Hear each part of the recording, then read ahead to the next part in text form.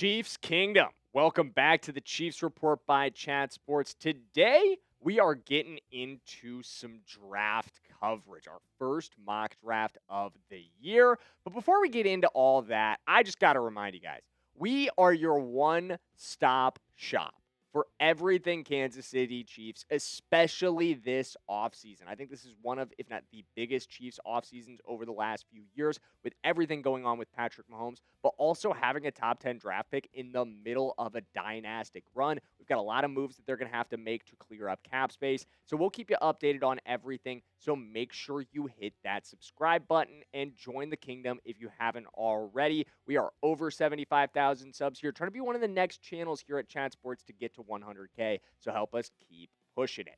But like I said, today we've got a mock draft for you. I know, I've seen the comments. You guys wanted to get a mock draft going on the channel. I've been trying to wait a little bit, get it closer to the draft before we get into our first one. But I think the time is right. So today, I went on the PFF mock draft simulator website, and I simulated a little bit of a 3-round mock for the Kansas City Chiefs. Here was what the first 5 picks looked like.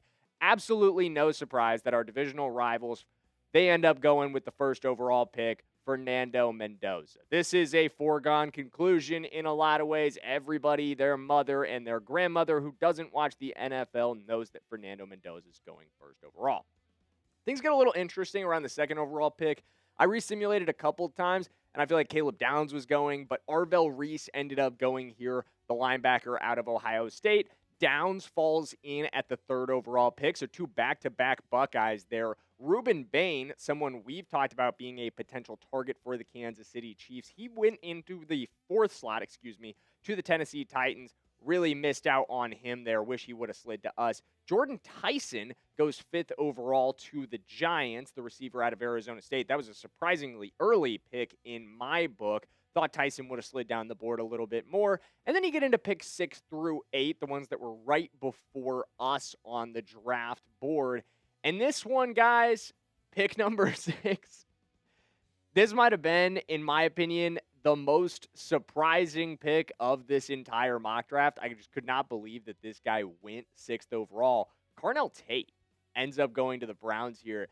Just kind of shocking at the end of the day that he was still on the board for them there. We've talked about him being a target for the Kansas City Chiefs, but it's always been in the context of he's probably not going to be available at 9th. Kind of surprised he was even available at 6th. David Bailey, another guy we've discussed in a lot of detail, the Texas Tech edge. He goes 7th to the Commanders. Peter Woods, 8th to the Saints. And that puts us on the board at the 9th overall selection. And I think you guys are going to like what I did. I like what I did a lot. I'm pretty proud of it. We bring home Jeremiyah Love, the running back out of Notre Dame. Someone that maybe more so than any draft prospect for the Kansas City Chiefs in 2026 on this channel I have hit on. I really think, and we've talked a lot about running backs in general lately on this channel. We talked about running backs in the context of going out and getting one in free agency. We've talked about drafting Jeremiyah Love. Obviously, there's options later in the draft, which is something we'll touch on later if you do decide to go in a different direction there. But I want to know, how do you guys feel right now? What would you grade the pick of Jeremiyah Love at 9th overall? Give me a grade. You get to be the teacher today. You're grading my mock draft, my first round pick. How would you feel if the Kansas City Chiefs brought home Jeremiyah Love 9th overall? I know I'm grading myself here. I'd give it an A+. I'd give this pick an A+. I think there's a time and a place to draft a running back in the first round when you're an NFL team. Obviously, it's not the highest value position across the board of all of the positions on an NFL roster. But there is a situation when you're a team like the Chiefs that has a strong offensive line, and when you have the opportunity to draft a generational, and I mean truly generational running back, and I know that word gets thrown around a lot, but I think Love fits the bill. Almost 1,400 rushing yards last year, averaging 7 yards per carry, 21 total touchdowns. He was a unbelievable asset to these Irish teams over the last couple seasons. One of the best players in college football, not only this past season, but also the year before that. And he has been dominant for a very long time. I know I've mentioned this before, but he went to high school in the exact same area as me. And he wasn't just a great football player in high school. When you watch his tape, it's probably not surprising. He was an unbelievable track athlete as well. He's got a high school sprinter background, unbelievable agility, excellent body control, just an arsenal of moves that he can use against you, whether it's his spins, his hesitations, his jukes. It just feels like this guy is teleporting whenever he hits those jukes. He has some of the best spin move highlights of the entire college football season. Offers you a ton of versatility with his receiving skill set out of the backfield, and he rarely, if ever, is going to go down to just one defender. And if there's a moment that encapsulates Love, I just think it's this one. From the Pitt game, this photo. It's one of my favorite photos of the college football season this past year. Look at him spin, 23 there, out of his shoes, straight into 9. If you haven't seen this clip, I encourage you to go watch it. Anytime you search Jeremiyah Love highlights, I guarantee you it's going to be the first thing that pops up because this turned into a 50-plus yard touchdown run. Just an unbelievable play from Jeremiyah Love and an unbelievable player that would be an enormous asset to this team, in my opinion. I really think that would be a great pick if we could add Jeremiyah Love. And I think the pick that we get at 40th, the guy that I've got coming up next in this video, is another unbelievable player and a truly unbelievable steal. You guys are not going to believe that he was there. Before we do, I've got to give a shout out to the sponsor of today's video. And guys, that is Prize Picks. The big game is almost here. And there's no better way to cash in during America's biggest sporting event than Prize Picks, where it always feels good to be right. And since the big game is right around the corner, that also means it's your last chance to get into the football action before next season. So close the season out right with Prize Picks by getting $50 instantly in lineups when you play your first $5. With the new social feeds feature, you can share Prize Picks with your friends and copy lineups from winners with a single click.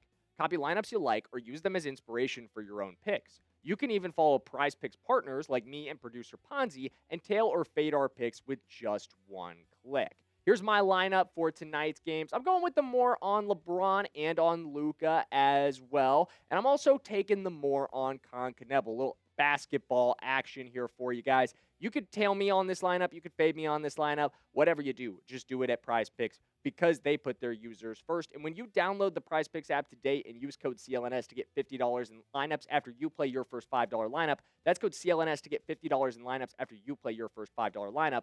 Prize Picks, it's good to be right. I think the right pick at 40, and I can't even believe he was here. Like I said, unbelievable. Eli Stowers out of Vanderbilt, guys. What a pick for the Kansas City Chiefs. If you're familiar with Stowers' game, if you watched him at Vanderbilt over the last couple seasons, he was such a weapon. I honestly think, and this is controversial because a lot of people really like Diego Pavia. I don't think Diego Pavia is half as successful as he ultimately was at Vanderbilt if Stowers was not there with him. And they came up together going back to their time at, I believe it was New Mexico State before that. They've been together for a long time. Eli Stowers has been a great player for a long time.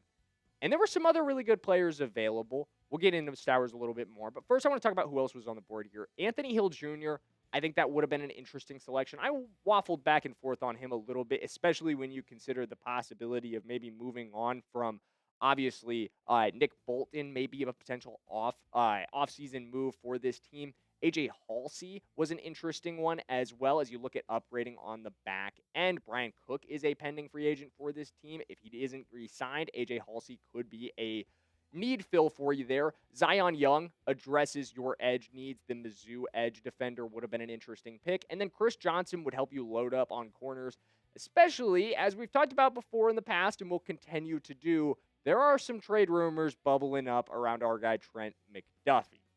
Is that going to come to fruition? I don't really know at this point. I think it's kind of 60-40.